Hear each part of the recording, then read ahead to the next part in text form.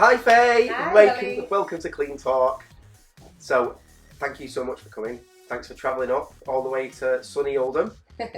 How was your journey? Was it all right? Yeah, it was all right. Wasn't too bad. Brilliant. Well, thank you so much. This is the brand new podcast for cleaning businesses, and we're asking all the questions everybody wants to know the answers for. So, first question today is, what's the reason that you started your business? So I actually completely fell into the industry by accident. I was a qualified primary school teacher, and that was what I wanted to do. I had a little boy and I was on maternity, and I thought, actually I haven't got much money. Maybe I could clean a couple of houses in the meantime for some pocket money almost. And pretty much as soon as I got into the industry, I thought, actually, that we could have something special here. The business grew faster than I expected it to, and I basically changed my mind and thought, right, this is going to be my career, and just kept pushing with it. That's amazing. Gone from strength to strength, hasn't it? It has, yeah. That's brilliant. Question number 2, what is your business name and why did you choose it? So my business name is Clean as a Whistle Cleaning Company. It was chosen, if I'm honest, with very little thought 5 or 6 years ago, and now I've got Clean as a Whistle Training Solutions.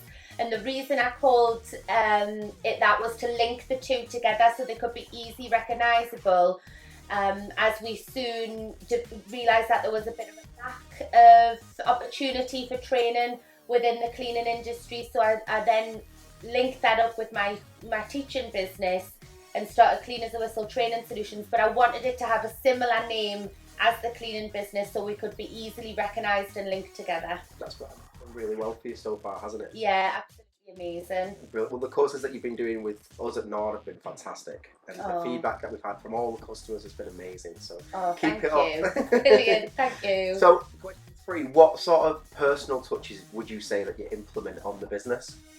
Implement a lot of personal touches in the business. I mean, my main sort of aspect of the business now is the training side of things, and training people up in biohazardous and specialist cleaning, and I have a very, very personal approach to the course, which I believe makes us different from other courses of its nature. So when somebody walks out of the door with a certificate, the training doesn't stop there. I personally stay in touch with them, ask them if they need any help on jobs, can give them follow-up advice free of charge, and we really try and personalise that and get to know each person that I've trained one-on-one. Brilliant. What would you say is the biggest challenge you've had to face and overcome to date? The biggest challenge that I've had to face and overcome to date came from sort of perhaps my own behaviour, and it was in the early days of cleaning when I started to build up a team. I had no experience whatsoever of being a boss, and I mistakenly thought in those days that all of my staff were my best friends and I could really rely on them. And what happened was, all of my clients were getting stolen when these girls thought, well, I can make as much money as she can. And I really shot myself in the foot with it and put far too much trust and was seeing the world through rose-tinted glasses. I basically wasn't treating them as employees. I was treating them as best friends, giving them access to everything. And that was a really sort of silly move, and I learned a lot of lessons from that. I'm really glad that you said that, because that's a mistake that I made myself. Yeah. Early in business, and anybody who's going into business and is going to be hiring staff, it's something that you've got to manage out very quickly. Otherwise, you learn the hard way, like we both did. Yeah, 100%. It's a massive lesson. So, basically, same question again, but what's your approach to marketing? What's been working for you? In terms of marketing, I put a lot of time and effort into social media across both the sort of aspects of me cleaning business, the actual cleaning side and the training side. I think, and statistics do show that people spend so much of their life scrolling on social media. That is sort of the best platform that I find to market on, and doing things like Facebook videos and lives really helps me with my sales, not only for training, but also in terms of attracting customers to the business, nice videos and tech support and that sort of thing. In terms of marketing, that's sort of where we focus on. We have done plenty of the old-fashioned marketing as well, the leaflets through the doors, the adverts in the local magazines and that sort of stuff. But on the technical side is where we prefer to put up our time. I mean, I know you do a lot of live videos, don't you? Yeah. Does that work really well for you? It has, and actually that came up on the latest training course that I've just done. Somebody mentioned, that's how they found me. I didn't know her from Adam. She hadn't seen my website. She hadn't even looked into the modules of the course, and she said she couldn't sleep one night, and I popped up on her phone doing a live video about biohazards and trauma cleaning and decomposition, and she said, oh my God, that girl sounds really interesting. And she was the last person that I trained, and she booked the course on the back of just a live video of me in the car. So it does go to show that it can work. That's brilliant. I mean, and do you, obviously, Facebook and Instagram, do you do anything with TikTok?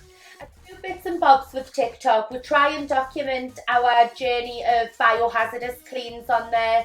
So the transformations on those can be epic in terms of it looks like a completely different property or building when we're finished. So we edit those all together on TikTok.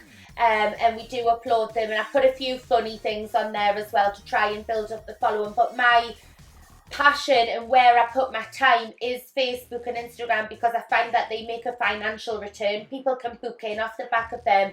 TikTok, I find it's a great audience and it's another platform to utilise, but I don't see much return financially from those. So I specifically focus on Facebook and Instagram. So it's more like marketing than sheer advertising and trying to get leads. Yeah, more a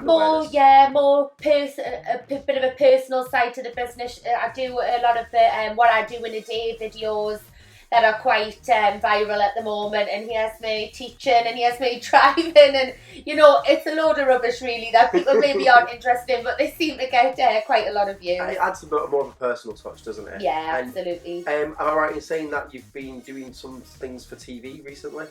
Yes, I've been doing some bits for TV, so we're about to be on Channel 5 Hoarders. That's airing soon. I think it's a little bit delayed with the passing of the Queen and all of the TV bits and pieces being paused and delayed, but that should be out very, very soon, and we are going to have our own series on the BBC next year, which is that's a pinch me moment, that these production companies are getting in touch with us and really trying to follow our journey and treat us as a bit of a fifth emergency service. And actually I think they want to follow me doing a training course, so I'll have to definitely bring them here. Yeah.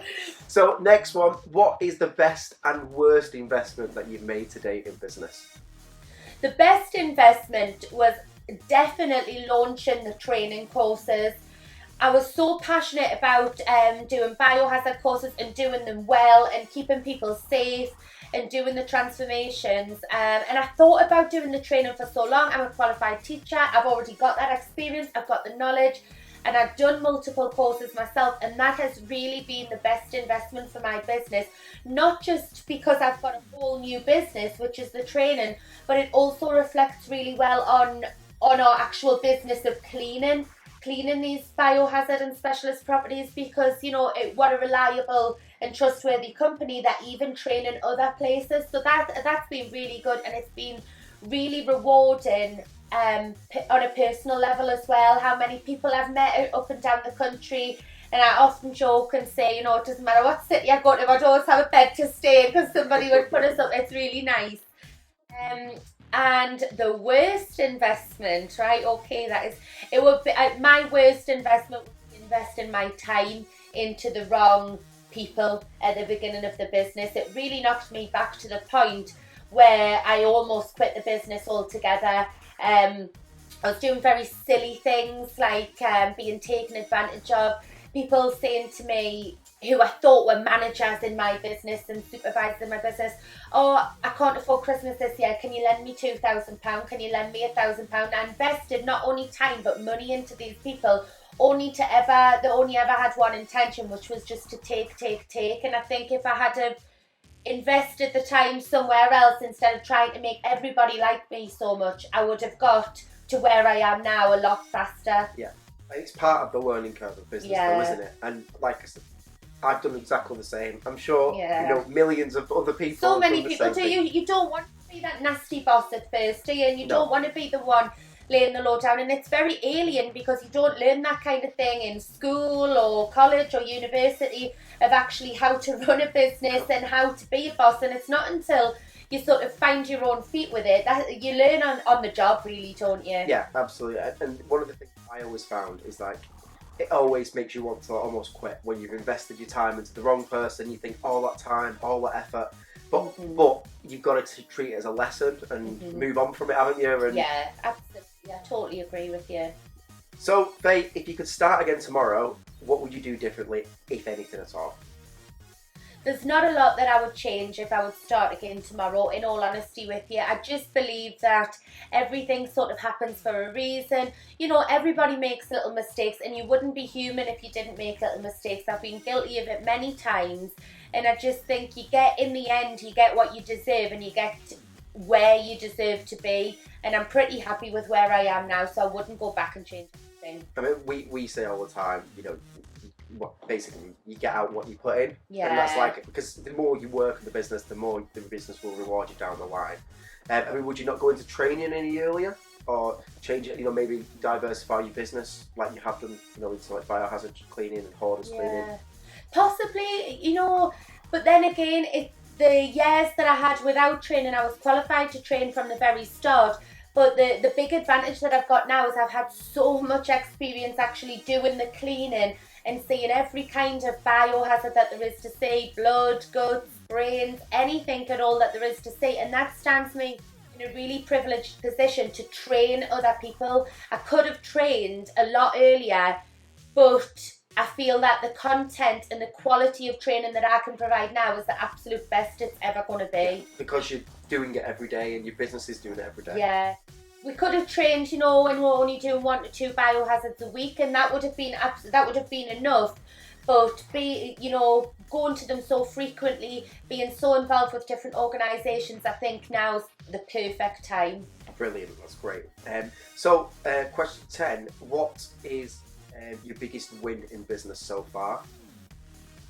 I think the biggest win in business that we've had so far, in fact I know what the biggest win in business is being approached by TV production companies wanting to do a series on us, wanting to follow us around with cameras. You know, that is such a privilege, and there are hundreds of thousands of cleaners in this country, solo cleaners, little small domestic companies, commercial, all sorts of varieties of cleaning.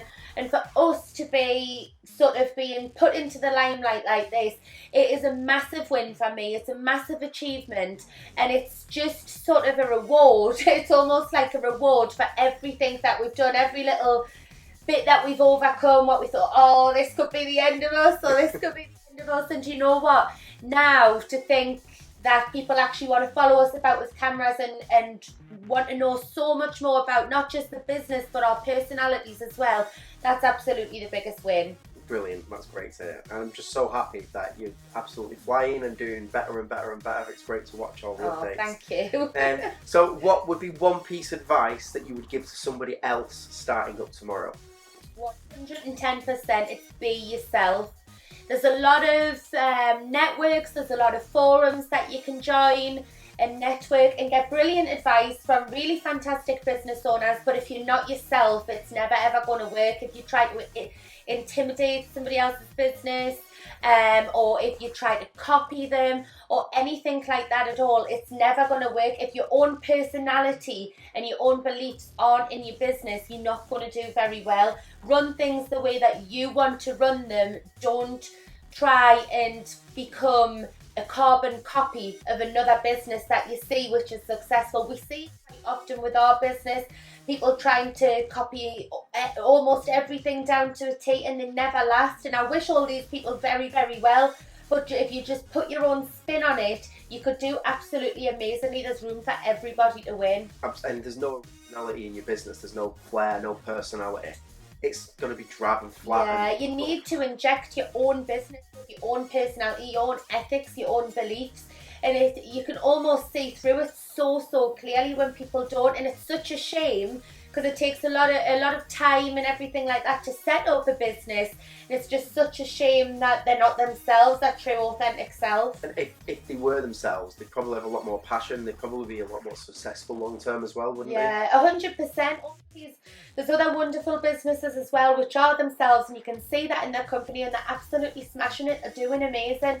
They're growing rapidly, and that would be definitely my advice, is to just be yourself. Take advice on board, of course. Listen, network, but ultimately be yourself. Thank you so much for answering the questions. So what would you like to tell all the viewers? What are you working on? Is there anything that you want to share with everybody?